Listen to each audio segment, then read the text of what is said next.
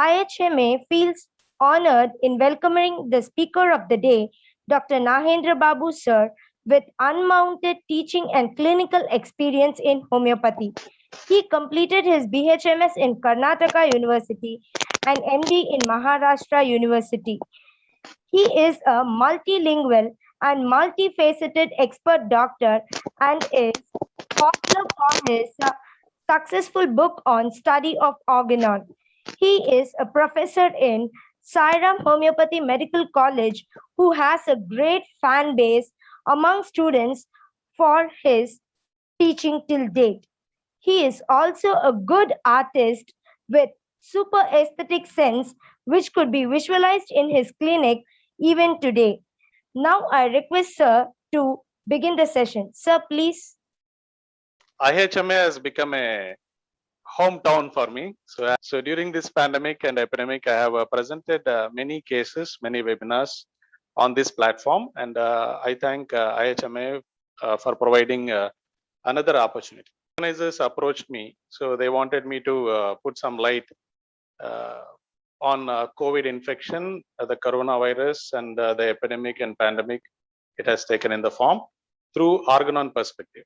See, all my experience in Corona started last year.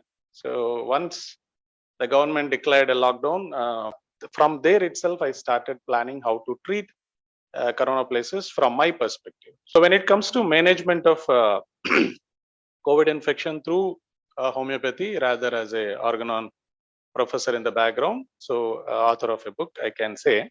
So first two stages, the acute stage, the first is two stages. When the pathology hasn't developed, there lies the homeopathic scope of treating COVIDs. So the third and fourth stages, when the disease starts progressing or pathologically advancing, and it starts disseminating to the other organs, in such cases, it is always better not to handle it, because most of us homeopaths being a OPD setup, we don't have any IPD setup. And officially, we have been not been permitted. But in spite of all these odds, homeopathy is always odd as a pair, dare to be wise. So we are doing wise things. So we are not worried about that. People, I feel it's more of panic rather than a fear. So panic was created. So I was a bit hesitant to handle the cases. Rather, I was referring the cases in the initial stages.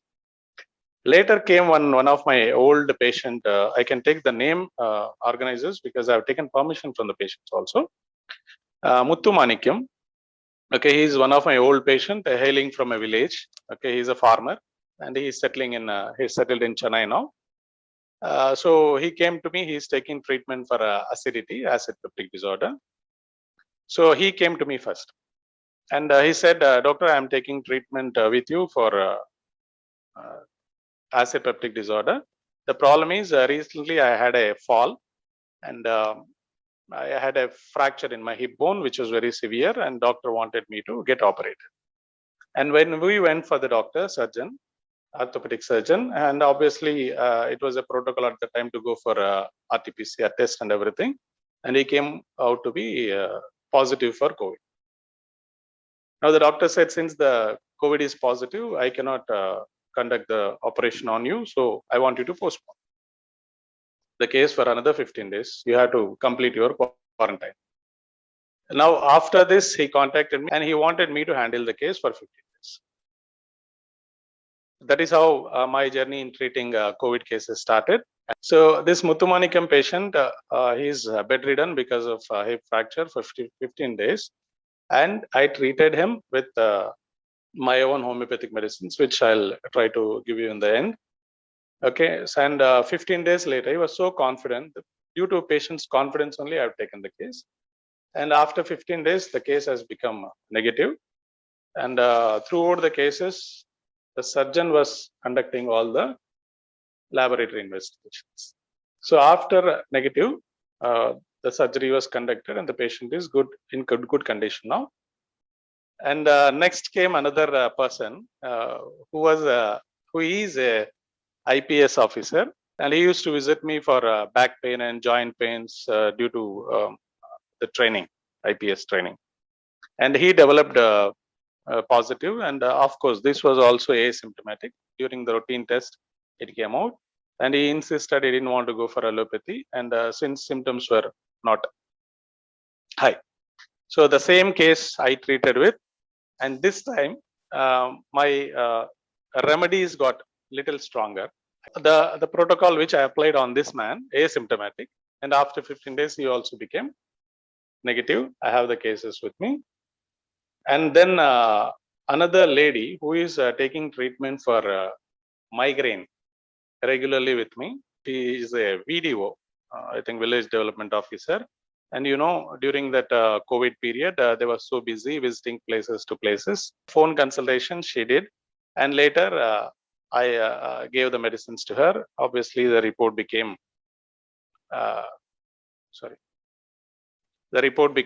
positive, and 15 days quarantine was done, 14 to 15 days.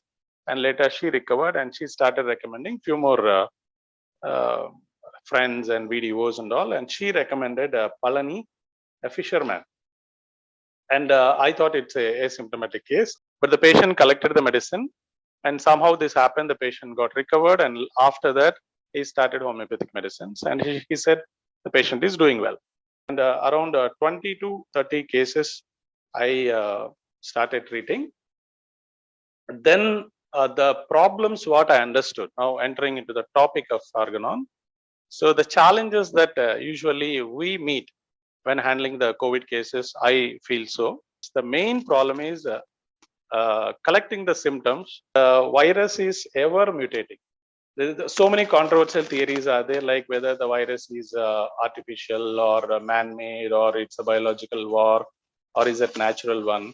Because as an Organon professor, I know once you say it is artificially generated, I can't call it as a natural miasm, right? Until unless it is a naturally developed zoonotic disease came from bats, until unless I do that, I cannot create my theory.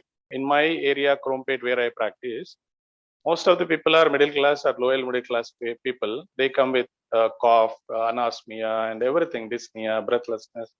And if I insist them to go for RT-PCR and CT scan and all, they outrightly reject it. But we need evidence-based. So until unless you go for RT-PCR and take a CT scan and go for core scores and all, and after giving the medicine, you need a substantialistic proof whether your medicines are working or not, which is a big hindrance, I feel so. And recently, another question they started asking, whether am I eligible for vaccination or not. So I accept vaccination, modern vaccination, even though H.A. Roberts and everyone rejected it. Okay, they call it as isopathy. But B.K. Sarkar and Stuart Close, they supported it, but they say modern vaccination as it is may be harmful. But when it comes to master, because master's judgment is the final one, so vaccination, I don't. The question I personally raise is, if a child comes for polio vaccination, and if I say don't give him polio injections and polio vaccinations and all, and do I have any replacement for polio vaccination in homeopathy? If the patient obeys to me, my advice, and the baby, God forbid, develops polio and loses his legs, so I am contributing a case of polio to the society. So I am not doing a justice as a doctor. So that hurts me toward my life. So until unless we replace a tangible scientific based evidence, I feel we cannot reject vaccination theory or immunization. Of course, too much of vaccination is very bad. Like I outrightly reject typhoid vaccinations, pneumonia vaccinations, unnecessary vaccinations that are added recently to our immunization schedule. The initial primary immunization schedule, I support it. Too much of vaccination sometimes can be dangerous. Complement fixation is one of the things. In Aporage number 56, if I am right, yeah, Aporage number 56 and Aporage number 46. I'm not quoting that, don't worry, I won't make you to sleep. Where Master Heinemann says, along with the protective matter, the vaccine also contains inimical dash and question marks he puts. So since Heinemann belonged to pre-microbiological area, maybe he would not have explained it, or microbiology was not advanced that much, immunology was not advanced that much. So obviously he could not have given that much of opinion on that. So he put dash. It is our duty to fill up the dash. I feel so. So complement fixation. See, when you give any antigenic stimulus happens, antibody obviously generates in. I'm not going deep into it, just superficially do that discussion. When antigen antibody complexes happen, we have a lot of byproducts, but the complement is the one, a chemical component in the serum, which fixes this antigen antibody complexes. And the irony is, the complement is around 10% in the serum, and it will take little time to get generated, though it's get generated naturally in our bloodstream. So within this period, if you keep on boosting up with a few more vaccines, antibodies are generated against the antigenic stimulus, but the sufficient complement is not available in the body. So it will take little time for the complement antigen antibody complexes to get digested. So which leads to type 3 hypersensitivity reaction, if I'm right. So this is one of the threat we can explain what Heinemann wanted to do in 56 aphorism. And second thing I feel, recently Dr. Mortiger, whether I'm spelling it properly or not, the spelling, Dr. Mortiger is a Nobel Prize winning immunologist. Okay, Dr. Mortiger has generated another hypothesis, that is ADE. So antibody dependent enhancement is the enhancement instead of making the antigen antibody complexes presentable, the antibody fragment helps the antigen, the virus, to enter into the host. This mechanism also there. This happens because of a lot of factors, like the host, the person who is taking the vaccine, whether he is developing antibodies properly or not, because antibody is nothing but a immunoglobulin protein fragment. If sufficient protein or immunosuppressions or nutritional factors are there, though you administer the antigen or stimulus, okay, the antibody may not develop properly, like your antigen happens. Improperly developed, chemically improperly developed antibodies may hinder the action or divert the action, or they help in enhancing the virulency of the antigen. So repeated vaccinations may be damaging. First point. I'm not against vaccination. I'm not against government law. I'm just putting my own questions because science always asks this question. And second thing is, vaccination is not a exact homeopathy. We have a lot of chemicals added into it, like we have MMR hypothesis, thimerosal hypothesis, aluminum, mercury compounds which are used in the preparation of vaccinations. These things are known to be neurotoxic and sometimes hepatotoxic. So I just wanted to start with whether the patient can take vaccines or not. Yes, he can take the vaccination according to government's norms and dictums as recommended to safeguard, because so far the known protection, dependable protection according to international scientists is vaccination. But as a doctor, it is our duty to analyze the patient whether he is fit enough to take the injections. I have been treating blood clots with the infarcts, the cerebral infarcts, with a remedy called arnica. A very simple remedy, a straightforward remedy. Arnica, Crotalus horridus, carbovage. Carbovage, as we said, it reduces the circulation, it depresses the circulation, it creates the turgidity and teaching turbidity, turgidity. As far as COVID is concerned, I didn't have any such cases, but I have created my protocol for my safer usage. Now, another remedy I recommend here is Crotalus horridus. You know, the pathology of or physiological mathematica says the Crotalus horridus acts on the fibrin content. So, it being a blood thinner, it may save us from such infections. Now, once we have done that, the questions, coming to theory, little boring to you. Based on the stage of the disease, as I said, whether he is in acute stage, pathologically advanced stage or not, we have to design. And symptom severity, we have to design. And then susceptibility of the patient, I'll just read it out. Age of the patient, of course, age determines a lot. History of the patient, any problems he is suffering with. Excuse me. And of course, the most important thing I insist on is the laboratory investigation. Please depend on laboratory investigations as far as COVID is concerned. Now, to make it theoretical, how to manage or how to handle for the, we can divide them in 3 sections. The first section is prevention. Okay, still arsenic alba is on, however it may be, being a polycrest remedy.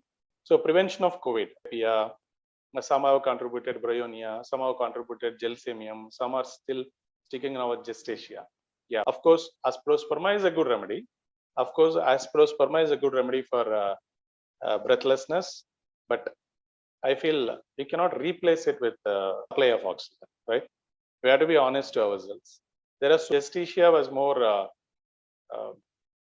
helpful to the doctors rather than asperosperma. Of 82 aphorism tells you about acute case taking. 83 to 104 aphorism is about chronic case taking. So COVID-19 being an acute disease, the principles which you apply, single dose, simple remedy, I think it's better not to handle. The acute disease, the patient has to be saved at any cost. Whether you use single remedy, whether you use mother tincture, whether you use 3x, 6x, at any cost, the patient has to be recovered. Anyway, you are giving patent remedies also, right? Cough syrups and all. Patent remedies are a mixture of so many remedies. Then why can't you give 1 or 2 remedies? In acute cases, I'll say my protocols, what I have created, you will get astonished. Like they are very, very simple remedies. Phytolacca, arsenic alba, even theoretically also 103 to 104 aphorism. Heinemann says genus epidemicus can be both curative as well as preventive. Pulsatilla also acted. Of course, you know, most of you have contributed for anosmia. Yeah, heparsulf and sulfur. Heinemann recommends whenever a patient recovers from epidemic or any acute disease, it is always customary to give heparsulf and sulfur. But Heinemann favorite remedy, he says here, is heparsulf. Sora which has aroused because of the acute exacerbation. After giving heparsulf, according to master, the sora goes to the latent form. The patient recovers very faster. So once the patient recovers from, then you have to go for constitutional remedy. Technically speaking, COVID being a sudden onset epidemic, started as an epidemic and later came out to pandemic, it falls under acute disease. So being acute disease, here all you have to do is, by any means, you will have to control the patient's symptomatology. That is what you are aiming. Diet and regime, you know that as a doctor, I need not to say. Quarantining the patient is a must, and maintaining social distancing, washing hands, wearing these things I need not to tell you anything about. Same way in COVID, what happened, the post-viral complications. Okay, so this can be considered as a sacrifice. So these can be antidoted by heparsulf, as I said, heparsulf or sulfur. So many other remedies are there. Now, as we said, it seems to be no end for corona. How to plan, how to proceed as far as Argonon is concerned. Now, the COVID-19, the coronavirus 2, started as an epidemic and advanced into pandemic level, and now it becoming endemic, and it may take the syndromic level in the future. So what started here is the acute exacerbation, which affected the so-called healthy patients. It aroused the sora according to homeopathy principles, and these aroused sora has become constitutional. Today, it's not just limited to the lungs or respiratory system. It is advanced into different areas. Another complication is the rise of mucormycosis, black fungus, because of usage of immunosuppressant therapies and steroids prolongedly. The mucormycosis or color funguses started coming in, black fungus, white fungus, and recently in Madhya Pradesh in Bhopal, yellow fungus started coming in. So rainbow colors are coming in. So these are opportunistic infections. So how do I explain this? SORA is the basic. When SORA rises because of the acute COVID infection or because of the usage of antibiotics or antivirals or any other powerful chemicals, okay, it sensitizes. The SORA rises up and SORA prepares the ground. BK Sarkar says SORA is a ground on which other plants, miasms will grow. So the SORA, once it arises, it creates the sensitizes the patient's body and other infections started growing. Now, this is how we can explain scientifically in organon level. I'm just summing it up. So when it comes to acute handling the acute cases, most of the cases will have breathlessness. Most of the cases will have sneezing, running nose and all, which has been effectively treated by me with Phytolacca, Arsenic alba. I've shared it, Nutsol, Pulsilla, Heparcil, Iosamus, Veretacab, and for advanced cases where you have numbness in the hands, maybe because of blood circulation, I started adding Arnica, Carbovage, Hamamelis, and Crotalus auridus, as I stated already. A pathologically advanced cases, please recommend. I am recommending to allopathic management, no other go. Other person, Krishna Swami. Krishna Swami, he got fever continuously for 7 days, for 3 days. I wanted him to go for regular checkups, but he was insisting he won't go for any checkup. He said it's just a stomach pain or simple fever. But on my forcing, he went for a checkup and it came out to be RT-PCR positive. And he was not willing to go for CT scanning in spite of my pressure. Mr. Krishna Swami was under breathlessness for 7 days, daily morning and night. His wife used to call me. I was under pressure. Okay, I used to say, "Kundu poitu join manangma, vandama putana vanda." In spite of all these things, okay, he insisted, and after 7 days, he recovered with Arsenic alba water dose and Asperosperma, as you people are telling it. The Asperosperma helped him very long. ADE and complement fixation, the complementation and other hypotheses will enhance the Heinemann's presentation. That Heinemann is a genius. Okay, even today, if you see one single man's research work in 18th century, even stands true today. Only thing is, we must be able to grasp it and we must be able to correlate. And one word I would like to add for classical one. If you call yourself classical, why are you calling it as a COVID-19? Heinemann wanted you to treat the patient, but not the disease, right? Then COVID is the same, like you do the same to hepatitis B also. So it is the symptoms that guides you. It is the stage of the disease that guides you. It is the state of the patient that guides you, rather than the bacteria or virus or fungus that is causing the threat. This is what I think classical only. Yep. Thank you very much. Thank you, IHMA, for giving this opportunity.